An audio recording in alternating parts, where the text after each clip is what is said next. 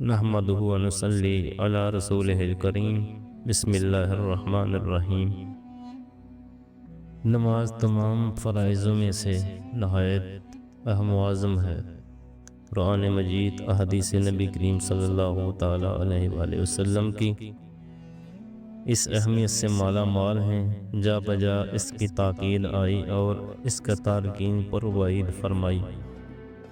چند آیتیں اور حدیثیں ذکر کی جاتی ہیں کہ مسلمان اپنے رب عز و جل اور پیارے نبی صلی اللہ تعالیٰ علیہ وآلہ وسلم کے ارشادات سنیں اور اس کی توفیق سے ان پر عمل کریں۔ اللہ عز و جل فرماتا ہے هُدًى لِّلْمُتَّقِينَ الَّذِينَ يُؤْمِنُونَ بِالْغَيْبِ وَيُقِيمُونَ الصَّلَاةَ وَمِمَّا رَزَقْنَاهُمْ يُنْفِقُونَ۔ یہ کتاب پرہیزگاروں کو ہدایت ہے جو غیب پر ایمان لائے اور نماز قائم رکھتے اور ہم نے جو دیا اس میں سے ہماری راہ میں خرچ کرتے ہیں۔ اور فرماتا ہے وَآقِمُوا الصَّلَاةَ وَآتُوا الزَّكَاةَ وَارْكَعُوا مَعَ الرَّاكِعِينَ۔ نماز قائم کرو اور زکوٰۃ دو اور رکوع کرنے والوں کے ساتھ نماز پڑھو۔ اور فرماتا ہے حافظوا علی الصلاۃ والصلاۃ الوسطی وقوموا للہ قانتین۔ تمام نمازوں خصوصاً بیچ والی نماز عصر کی محافظت رکھو اور اللہ کے حضور ادب سے کھڑے رہو۔ اور فرماتا ہے لَکَبِیرَۃٌ إِلَّا الْخَاشِعِینَ۔ نماز شوق ہے مگر خشوع خضوع کرنے والوں پر نماز کا مطلقاً ترک تو سخت ہولناک چیز ہے۔ اسے قضا کر کے پڑھنے والوں کو فرماتا ہے فَوَيْلُ لِلْمُصَلِّينَ الَّذِينَ هُمْ عَنْ صَلَاتِهِمْ سَاهُونَ۔ خرابی ان نمازیوں کے لیے جو اپنی نماز سے بے خبر ہیں، وقت گزار کر پڑھنے اٹھتے ہیں۔ جہنم میں ایک وادی ہے جس کی سختی سے جہنم بھی پناہ مانگتا ہے، اس کا نام ویل ہے۔ قصداً نماز قضا کرنے والے اس کے مستحق ہیں۔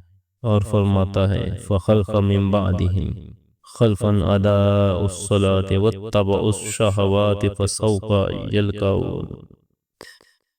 ان کے بعد کچھ ناخلف پیدا ہوئے جنہوں نے نمازیں ضائع کر دیں اور نفسانی خواہشوں کا اتباع کیا۔ ان قریب انہیں سخت عذاب طویل اور شدید سے ملنا ہوگا۔ غی جہنم میں ایک وادی ہے جس کی گرمی اور گہرائی سب سے زیادہ ہے۔ اس میں سے ایک کنواں ہے جس کا نام حیب ہے۔ جب جہنم کی آگ بجھنے پر آئی،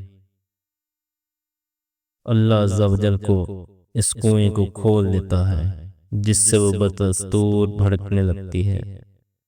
قال اللہ تعالی کلما خبت زدناہم سعیرا۔